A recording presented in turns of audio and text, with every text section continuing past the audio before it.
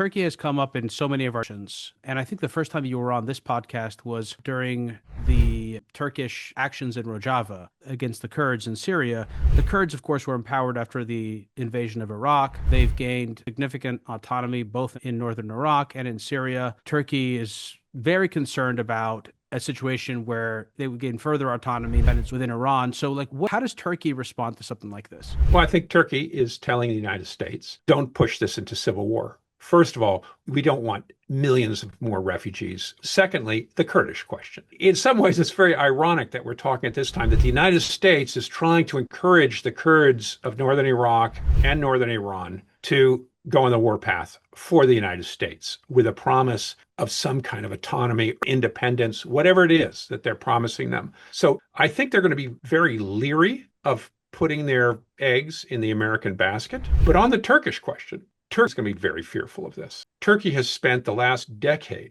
being worried that by arming up the Kurds in Syria, this was going to cause a renewed independence movement amongst Kurds in Turkey. And this has been a nightmare scenario for the Turks. So the last thing they want to do is see 8-9 million Kurds in Iran gain and get armed.